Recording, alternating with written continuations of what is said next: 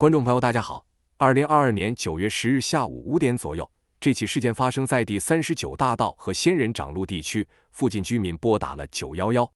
来电者告诉911接线员，一名男子手持武士刀，正在敲击警察局员工停车场大门附近的围栏。接下来让我们去听一听911接线员和报警者之间的电话录音。Phoenix 911, where is your emergency? Hello? Yeah, I'm outside the Cactus Park Police Department. Uh-huh. There's a guy with a samurai sword. He's hitting the fence at the where the cops come in and out, where the gate is. There's like a suspicious guy with a camera by where the officers exit their vehicles?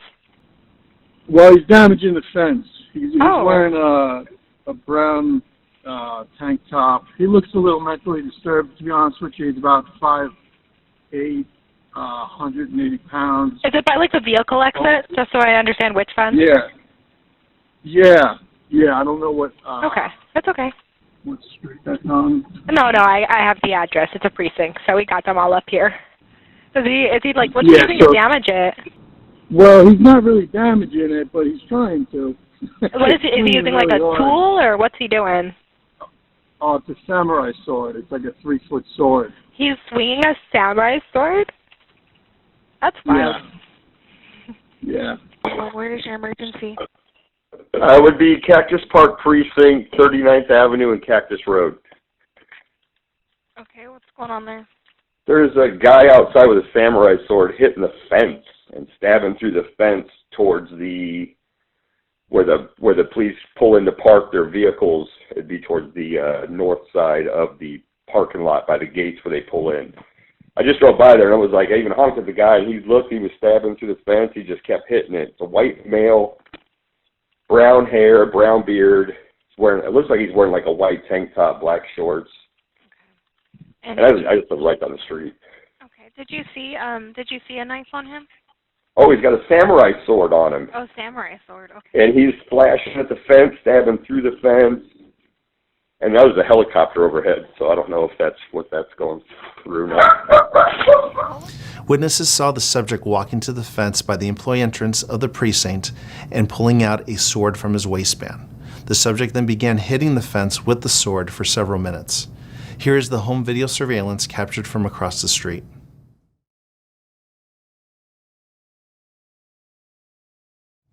Approximately 2 minutes later, a 2-man patrol unit arrives. As the officers get out of their car, the subject begins to move towards the officers with the sword raised. The officers order the subject to drop the sword, but he continues. This is when the officer-involved shooting occurs. Body-worn cameras are used by all officers assigned to patrol and several specialty units. Per policy, they are worn at mid-torso level and capture the view of the line of sight from that perspective. It is important to note that the camera lens is fixed and does not capture everything seen or experienced by the officer. When activated, both audio and video turn on. The body-worn camera has a buffer of video without audio for 30 seconds prior to activation. This feature is designed to capture incidents that happen suddenly when the officer doesn't immediately activate the camera. Here's the body-worn camera video of one of the officers involved. There is no audio because the incident was captured during the 30-second buffering period before the body-worn camera was activated.